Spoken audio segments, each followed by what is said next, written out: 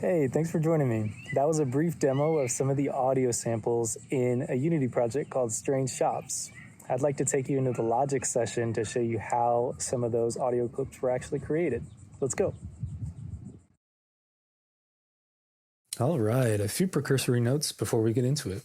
Firstly, I'm working within Logic, although many other DAWs, or digital audio workstations, have the same functionality we'll talk about here. Second, most of the audio sounds used are coming from third-party sources. Mostly I searched on YouTube, and once I found the sound effect that closely resembled what I was envisioning, an MP3 converter would help me pull the source file into the session. Lastly, this project houses all of the sound effects. We'll head into a second project shortly that contains the music. Great, let's continue. We'll dig through the sounds progressively, starting at the top of the track list and working our way down, and making little pit stops where there's notable talking points. Which brings us to the rain. And the rain is actually a great place to start because it's the most present sound throughout the entire gameplay experience. So I'm just going to hit Control M on my keyboard, or alternatively, you can right-click to unmute the track. You may notice that this was originally a 5-minute audio clip cut down to about 1.5 minutes to save on file size. Using the cycle range, I was able to find an endpoint that creates a nice clean loop so that the rain can play on repeat. Here's what that sounds like.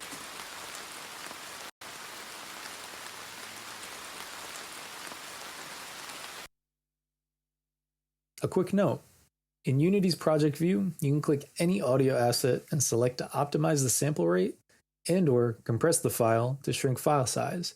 I definitely encourage you to play around with these settings to see what works best for your project. It works great for light background sounds like this rain effect, where the difference in quality is mostly imperceptible. Moving on, let's talk about the footsteps.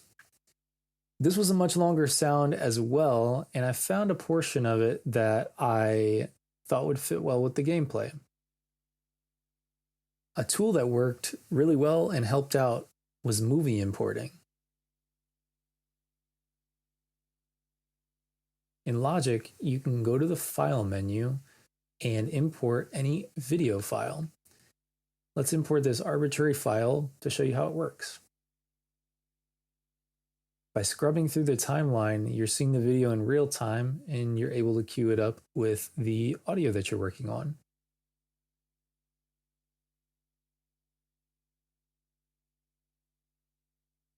By bringing in gameplay screen recordings, I was able to sequence the footsteps reasonably in time, so that way in Unity, I created a scripting system to play and subsequently pause this clip according to the player's movement.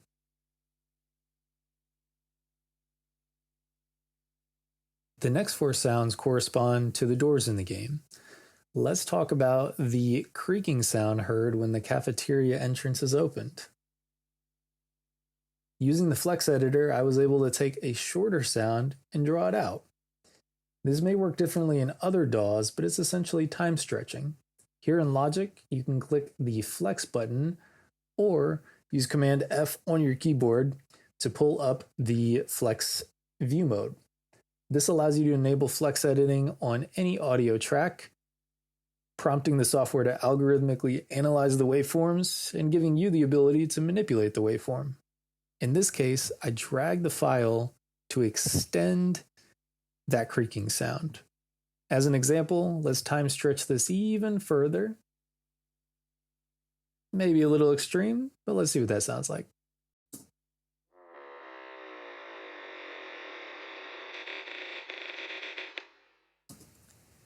Probably a bit overboard, but I think you get the idea.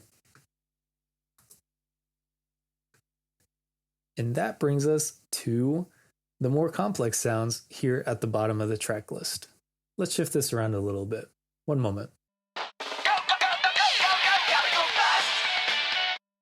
So with these layered sounds, I was aiming to create a feeling to fit into a section of the game, be it to add energy, build suspense, or tickle the player's imagination. Let's start with the ghost effect. This is that spooky swell heard when the player is sucked into the cafeteria. The goal with this sound was to create an early hint towards the character of the game environment, and by swelling into the particle effect, it also eases the transition into the next section of the game, the interior. The foundation of the sound is two risers, actually the same riser, used twice, with varying lengths and an octave difference. Here's what those sound like.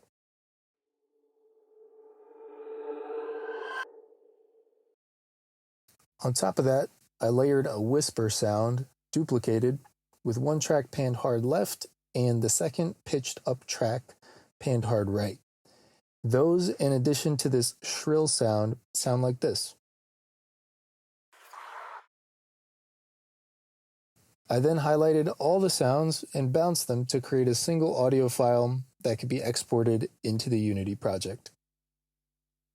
Next, many of the same layering techniques were used to create the back of house sound sequence. This is heard when the chef returns behind kitchen doors to prepare the food. I had this wacky, eclectic mix of sounds in my head that, with the magic of a bit of audio manipulation, was able to come to life. I quite like the early Looney Tunes vibe of the sound, and it makes you ask yourself, are these chefs really what they seem? Finally, the endgame sound is the most complex sequence in the project. Originally, the plan was to use this suspense sound pulled from YouTube. Let's take a quick listen.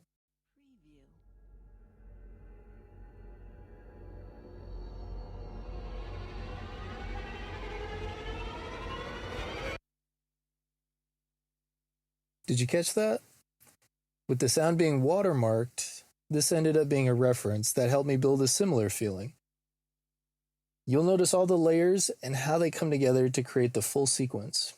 Also, check out how the different sections line up with the markers.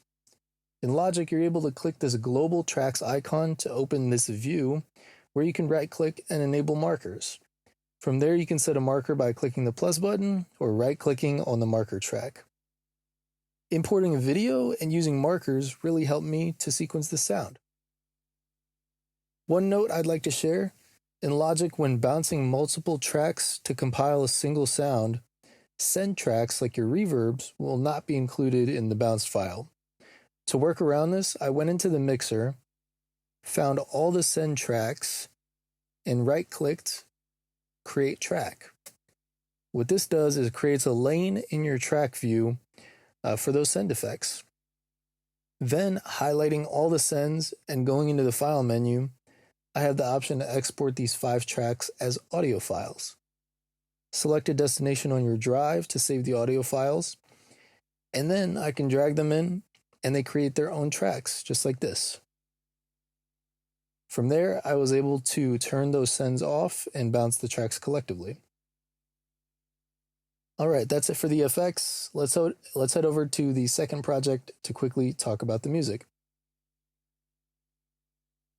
To touch on the cafeteria theme, you'll notice it's pretty simple. A viola played pizzicato, and a double bass lead the melody, accompanied by a xylophone that follows, adding texture, and a few piano notes to create a bit of variance as this loops. Knowing that there would be other sound effects playing in the scene, I wanted to keep the theme relatively simple, and this fit the bill.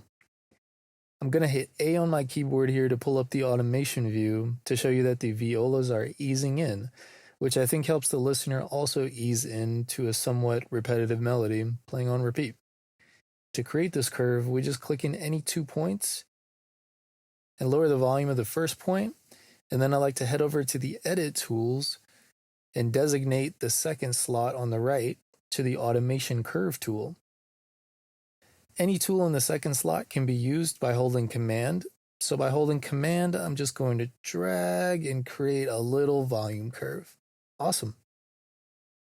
And a final note, the track in the game is actually lowered a few semitones. I found I liked how it fit the vibe a little better. Can't hurt to play around with pitch, you never know what you'll come up with. Here's what the original sounded like.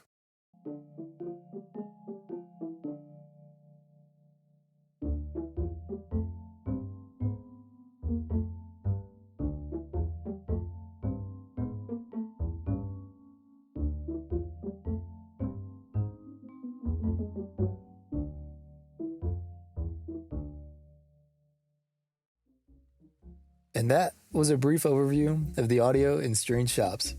Thanks for tuning in, and until next time, peace.